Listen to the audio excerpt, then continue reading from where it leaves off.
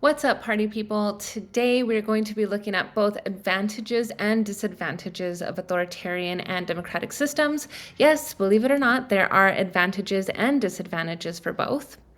So we'll be looking at some of these benefits and criticisms together. And again, there's always resource links for y'all on these slides.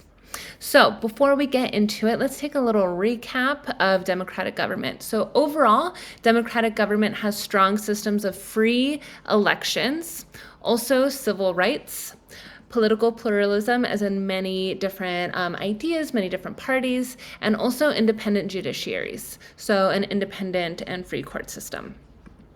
Key features of authoritarian systems include concentration of power in a single authority, so often a dictator and or that person's immediate cabinet.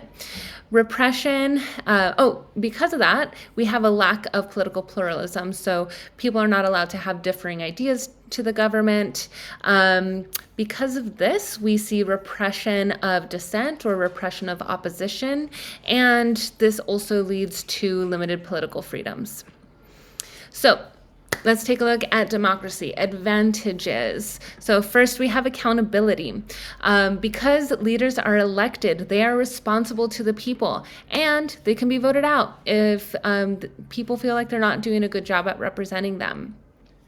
Also, protection of rights, civil liberties, and political freedoms are safeguarded by law. So within law, within policy, rights are protected. And then finally, political stability. These often have peaceful transition of power through regular elections. So we don't need an overthrow of government or violence, right, to have a new leader. New leaders are installed through elections, right? It's a normal part of that process. So all of these are some really big advantages to democracy.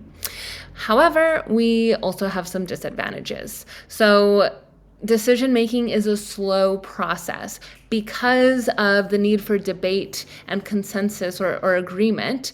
That can make important decisions take quite a while. So often policy making is slow. Also, the risk of mob rule. So essentially, this just means that majority decisions may ignore the need of minorities, right? If in a democracy you're going with 51% or more, then that means that maybe some of the representation of smaller groups is not quite present. And then also inequality in political influence. So in democracies, we often see wealthy individuals or corporations having influence over policies. So people that are not accountable to the public, people that are not elected, but simply because they have power, because they have money, they are then able to influence politics. All right, authoritarianism. Advantages and disadvantages, because there's both as well for this system. So one big plus is efficient decision making, right? If power is centralized in a single person or in a small group of people, then decisions are quick, right? So that can be helpful, especially in times of crises.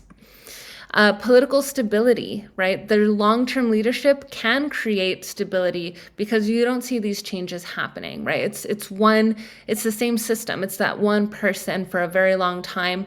So that can create a sense of stability. And also in some cases, definitely not all, we do see some economic growth because authoritarian governments can focus on economic development without being slowed by opposition or lengthy processes. And also if they're not taking care of the needs of minorities and protecting rights of certain people, then they can focus on other things. Disadvantages, lack of accountability, right? Leaders are in power without the need for public approval, meaning that they're doing what they want with no accountability.